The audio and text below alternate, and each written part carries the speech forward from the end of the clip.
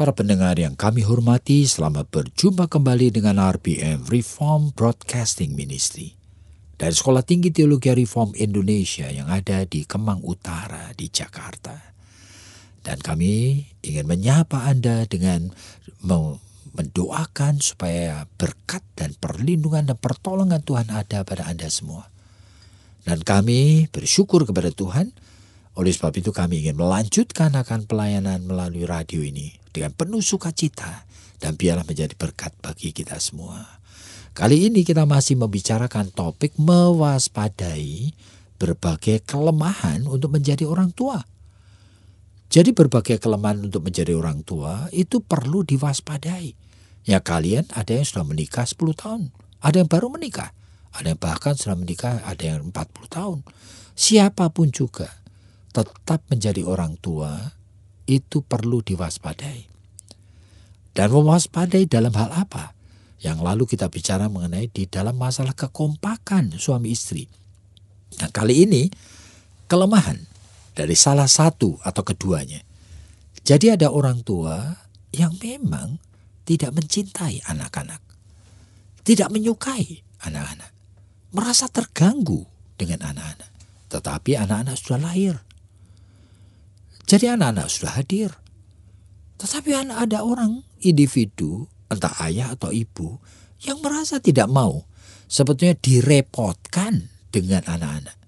Jadi pikirannya itu hidup itu masih harus bisa punya hak untuk bersenang-senang. Sehingga banyak orang tua yang seperti ini, kehidupannya itu sebetulnya tidak mau dibebani dengan tanggung jawab anak-anak. Jadi tidak pernah secara khusus mengajar anak-anak. Tidak pernah secara khusus membantu anak-anak menyelesaikan pekerjaan rumah. Tidak pernah secara khusus bermain dengan anak-anak. Tidak pernah secara khusus mengadakan waktu menyenangkan anak. Ya, kadang-kadang keluar bahkan pada saat jalan-jalan oleh karena liburan pun. Ini orang tua seperti ini ya dia pakai waktunya untuk main golf atau main tenis atau pergi sendiri dengan teman-temannya. Ya, oleh karena sebetulnya bagi dia tidak mau diganggu dengan anak-anak. Dan dia menjadi orang yang acuh terhadap anak-anak. Sehingga masalah anak itu seringkali dilemparkan aja kepada istrinya. Atau dilemparkan kepada suaminya. Atau dilemparkan kepada mama mertuanya. Atau apa. Seolah-olah mau mengatakan, tolong urusin anakku. Nah, kalau anak ini bermasalah di sekolah, terus selalu menuntut gurunya. Mau bayar berapa saja. Sehingga banyak orang tua seperti ini. Ngeleskan anaknya dari pagi setelah sekolah atau apa sampai sore. Oleh karena apa? Tidak mau terganggu. Oleh karena memang tidak merasa menyukai anak-anak. Dan saudara, jangan disamaratakan dengan orang tua yang memang ingin anaknya itu berhasil. Sehingga ada orang tua ngeleskan terus anak-anak. Tapi motivasinya bukan tidak suka anak. Tapi oleh karena pikirannya tidak mau melihat anaknya tidak berhasil. Nah, ini beda lagi nanti. Tapi ini masalah anak itu orang tua tidak begitu suka. Sehingga tidak mau terganggu dengan kehadiran anak-anak. Jadi saudara ada banyak pribadi dengan macam-macam keunikan ya. Dan salah satunya itu adalah orang yang terus mau menikmati hidupnya seperti orang lajang yang tidak punya pasangan dan tidak punya tanggung jawab keluarga begitu. Nah, ini termasuk salah satu kelemahan dari orang tua. Ya kadang-kadang bentuknya tersembunyi. Tetapi mari kita bicarakan. Ya Pak, sebetulnya seperti tadi ya. Bagaimana sih kita itu kalau memang tidak terlalu suka gitu direpotkan, diganggu, dibebani dengan masalah anak-anak. Apakah ada obatnya begitu? Karena kan banyak orang tua itu yang punya anak ya sekedar punya anak begitu. Mereka tidak memikirkan dan tidak merasa terlalu perlu begitu loh untuk membesarkan anak, mendewasakan anak, mendidik anak begitu loh. Sehingga seperti tadi, mereka tidak mau direpotkan, diganggu, tidak mau dibebani begitu. Nah, sehingga bagaimana begitu Pak untuk memulai begitu bahwa anak ini itu adalah titipan Tuhan. Bahwa kalau dikasih anak-anak yang sehat, anak-anak yang ceria, anak-anak yang berbakat begitu, kan kita cuma suka nanti hasil akhirnya. Dia jadi apa? Oh, dia menang dalam olimpiade. Oh, dia bagus di dalam apa. Oh, dia diterima di kedokteran. Oh, dia tuh begini. Oh, dia begitu. Tetapi kita tidak mau direpotkan dengan perkembangan dari anak. Bagaimana anak itu nanti mencapai hal itu? Kan biasanya orang tua kan seperti itu, Pak. Banyak orang tua seperti ini. Yang saya sebutkan, perlu sekali kita mewaspadai berbagai kelemahan untuk menjadi orang tua. Termasuk yang begini. Jadi sebenarnya banyak orang tua itu egois sekali. Sudah mau menjadi orang tua, meskipun kerja dan dari mulutnya mengatakan, saya kerja kan semua uangnya juga untuk keluarga. Tapi sebetulnya dia itu tidak menyukai tanggung jawab yang sesungguhnya menjadi orang tua. Begitu. Jadi bukan merupakan sesuatu yang dia itu rela lakukan. Makanya dia tidak lakukan. Dia tidak pernah mendidik anaknya. Dia tidak pernah secara khusus itu sebetulnya itu mau menemani anaknya, juga mempersiapkan anaknya untuk hal-hal yang diperlukan. Barangkali itu menolong anaknya, mengerjakan akan pekerja rumahnya, gitu ya, menemani anaknya untuk barangkali untuk ikut hadir dalam acara di sekolah dan sebagainya. Bahkan barangkali untuk ikut hadir pada saat anaknya itu sedang melakukan performance apa di sekolah dan sebagainya. Dan itu seringkali ada banyak orang tua merasa itu bukan tanggung jawabnya, sehingga dia tidak mau melakukan. Jadi sebetulnya itu bagaimana sih Pak? Sejak kapan kita itu harus menanamkan gitu? Ini loh, kamu tuh dititipi 3 anak dari Tuhan. Bagaimana kita itu memberikan kesadaran yang seperti itu? Saya percaya sekali sebetulnya itu kesadaran itu bisa muncul hanya di dalam diri orang yang memang tanda petik mempunyai bekalnya. Bekal utamanya itu adalah memang kepribadian yang sebetulnya itu utuh. Jadi banyak orang yang lahir dibesarkan dalam keluarga ada bagian-bagian dari yang primer dari kebutuhannya tidak terpenuhi. Dia kehilangan itu. Sehingga misalnya aja dia tidak mempunyai rasa percaya kepada orang. Sehingga kedekatan yang personal pribadi dengan orang itu tidak pernah ada. Nah, akibatnya dia juga tidak merasa bahwa sebetulnya kedekatan pribadi dengan anak itu sesuatu yang penting, begitu. Nah, ini oleh karena dia tidak punya modal yang seperti ini, akibatnya dia memanifestasikan juga dalam tingkah laku yang seperti itu. Jadi sebetulnya ini kan kalau tadi Bapak mengatakan orang tua sendiri itu biasanya tidak punya bekal. Jadi kan kita kita sedang membicarakan lagi mengenai latar belakang seseorang. Apakah dia itu punya modal ataupun tidak begitu. Untuk modal untuk menjadi bekal begitu. Menjadi seorang tua yang dalam tanda kutip itu bagaimana dia itu bisa mendidik dan membesarkan anak. Nah itu kenapa orang itu kok memasuki pernikahan itu seringkali kok tanpa konsep-konsep yang seperti ini itu kenapa Pak? Apakah itu memang dia melihat nanti kalau punya anak ya nanti aja. Nanti kan dengan sendirinya kita juga dikasih sama Tuhan kebijaksanaan. Apakah bukan begitu Pak? Banyak orang itu sebetulnya hidup tanpa kesadaran yang seutuhnya. Nah, itu Anthony de Mello itu pernah mengatakan itu salah satu masalah hidup manusia adalah ketidaksadaran.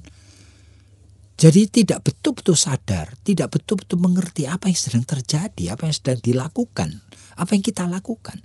Banyak orang itu seperti itu. Bahkan kalau kita itu mau honest saja, di dalam kehidupan doa saja, Barangkali setiap kali kita doa kepada Tuhan itu kita tidak sadar sungguh kita sedang ngapain. Sehingga yang kita katakan pun cuma barangkali 1/10 daripada apa yang kita sadari. Yaitu kita barangkali cuma sadar kita butuh ini, butuh itu, tapi tidak sadar bahwa ada Tuhan. Dan Tuhan yang ada itu hadirnya seperti apa. Dan itu Tuhan yang tidak bisa dipermainkan. Itu adalah Tuhan yang maha tahu. Dan itu adalah Tuhan yang maha kuasa. Itu adalah Tuhan yang maha suci dan sebagainya. Yang sebetulnya kalau kita sadar, kita akan berlutut, kita akan merasa tidak berlayak. Dan kita akan takut sebetulnya untuk minta apa-apa dari Dia. Oleh karena anugerahnya sudah lebih dari segala-galanya. Tetapi kita tidak sadar aja. Nah, sebetulnya masalahnya seperti itu. Jadi sebetulnya Pak, kita kan tadi membicarakan banyak orang tua itu yang egois, yang tidak suka kepada tanggung jawabnya sebagai orang tua. Nah sekarang ini melalui siaran ini sebetulnya bagaimana sih kita itu bisa menstimulir gitu loh. Orang tua mbok punya tanggung jawab. Oleh karena apa? Kalau Anda tidak mencintai anakmu sekarang misalnya, lalu bagaimana nanti pada saat dia dewasa? Pada saat dia menghadapi kesulitan hidup, pada saat dia itu menghadapi realita kehidupan. Orang tua seperti tadi tidak berpikir sejauh itu. Sebetulnya just berpikir secara immediate yang langsung aja, spontan ya begitu aja. Dan merasa dirinya berhak untuk tidak diganggu. Merasa berhak untuk tidak perlu untuk ngurusin anak. Nah semuanya diserahkan istrinya aja, atau diserahkan suaminya aja, atau diserahkan mertuanya aja, diserahkan babysitternya aja. Pikirannya selalu begitu. Jadi saya masih ingin hidup saya nikmati dalam pengertian Dia. Saya masih bisa kemana-mana. Saya bisa pergi dengan teman-teman. Justru itu Pak, bagaimana kita itu bisa mencoba untuk menstimulir gitu para pendengar ini. Supaya mereka itu jangan sampai nanti satu hari itu lalu kemudian merasa terlambat begitu. Ya itu antara lain memang melalui siaran seperti ini. Diharapkan sebetulnya sebagai anak-anak Tuhan kita itu waspada. Hidup ini kok begini ya? Ternyata saya gitu ya tidak mau diganggu dengan anak-anak. Nah saya mau hidup semau saya sendiri. Nah kenapa saya tidak mau mengorbankan waktu khusus untuk menolong anak-anak saya? Misalnya, kenapa saya tidak mau secara khusus mempersiapkan diri bagaimana saya bisa juga membantu pekerja rumah anak-anak saya misalnya. Nah tadi kalau Bapak mengatakan kita itu seringkali tidak menyadari akan kehadiran Tuhan sebagai anak-anak Tuhan. Kita tidak menyadari kehadiran Tuhan yang maha kuasa, kehadiran Tuhan yang maha kudus. Sehingga kita itu hidup itu semau kita saja, seenak kita saja. Nah itu bagaimana Pak kalau dikaitkan dengan masalah mendidik anak yang memang atau mencintai anak yang memang sulit ini begitu loh Pak. Maksudnya sulit apa? Maksudnya itu ya kan kalau kita kan bisa ngomong, ya saya enggak punya bekal. Dulu aku juga dibesarkan oleh orang tuaku seperti itu saja. Kalau orang tua itu sudah menjadi orang tua tanpa bekal yang cukup seperti tadi. Nah, itu perlu sekali sebetulnya melalui siaran seperti ini misalnya itu menyadari bahwa kenapa di dalam jiwaku aku tidak mempunyai sebetulnya rasa keinginan yang baik tadi. Nah seharusnya sebagai anak Tuhan dia berani jujur di hadapan Tuhan dan mengatakan Tuhan tolongku, tolong saya. Oleh karena saya selama ini tidak merasa itu tanggung jawab saya untuk bisa mendidik anak-anak. Saya tidak mau seolah-olah hidup saya diganggu dengan anak-anak. Nah tolong saya. Nah dengan mengatakan kalimat yang baik itu saya percaya ini permulaan yang baik untuk sesuatu pertobatan yang sejati. Pertobatan itu bukan cuma soal tadinya tidak percaya lalu percaya kepada Tuhan Yesus. Saya percaya tidak begitu. Pertobatan yang sejati itu menyangkut akan pemulihan akan setiap aspek hidup ini. Termasuk aspek hidup yang tadinya dikuasai dosa. Sekarang ini kita itu serahkan menjadi miliknya Tuhan. Nah, termasuk aspek tadi. Seperan orang tua, peran ayah, peran ibu. Dan seringkali banyak orang yang tidak menyukai anak-anak. Dan itu sesuatu peran yang lumpuh sebelum dimulai. Oleh karena apa? Sudah berani punya anak tetapi saya tidak menyukai akan anak-anak. Nah, saya merasa terganggu. Apalagi jikalau kita menemukan alasan. Misalnya anak itu cacat. Atau anak itu bodoh. Atau anak itu tidak cantik. Anak itu tidak ganteng. Anak itu, waduh, barangkali maaf, ada kecenderungan autism dan sebagainya. Selalu ada rasionalisasi di dalam pikiran manusia. Itu yang menemukan excuse. Seolah-olah mau memaafkan dirinya sendiri. Memang anak-anak yang diberikan Tuhan tidak lovable, tidak menyenangkan. Jadi saya punya alasan tidak menyukai. Saya tidak mau diganggu. Apalagi dengan anak yang keluar ilernya dari mulutnya, gitu ya. Anak yang tidak bisa dihandle, lari sana lari sini, teriak-teriak. Waduh, saya tidak mau. Nah, karena tidak mau, saya tidak akan melibatkan diri. Cuma melalui siaran seperti ini. Saya menghimbau para pendengar supaya menyadari bahwa hidup ini tidak bisa disikapi begitu. Hidup ini harus diatur oleh prinsip hidup. Nah, prinsip hidup itu firman Tuhan. Jadi firman Tuhan mengajarkan siapapun juga anakmu, kamu harus belajar untuk mengasihinya. Dan mengasihi berarti kamu harus spend time, harus ada waktu. Kamu harus berani bayar harga. Harus ada tekad, harus ada kesungguhan, harus konsisten. Dan kamu belajar untuk mencintai anakmu secara pribadi. Jika meskipun anak itu tidak lovable, kamu belajar untuk memeluk dia. Belajar untuk mengatakan, aku mencintai engkau. Belajar membelai, belajar mencintainya. Nah, para pendengar yang kami hormati. Setelah mendengarkan uraian seperti ini, barangkali Anda itu mulai gelisah. Oleh karena ada suara Roh Kudus yang mungkin menggerakkan hatimu untuk menjadi penolong bagi orang-orang yang tidak sadar ini. Nah, jika saudara ingin menjadi counselor atau bahkan menjadi hamba Tuhan, silahkan join dengan kami. Kami ada ujian masuk pada bulan Januari, pada bulan Mei, pada bulan Juli. Nah, silahkan hubungin akan kami melalui telepon 7990357. 7990357. Kiranya Tuhan memberkati Anda.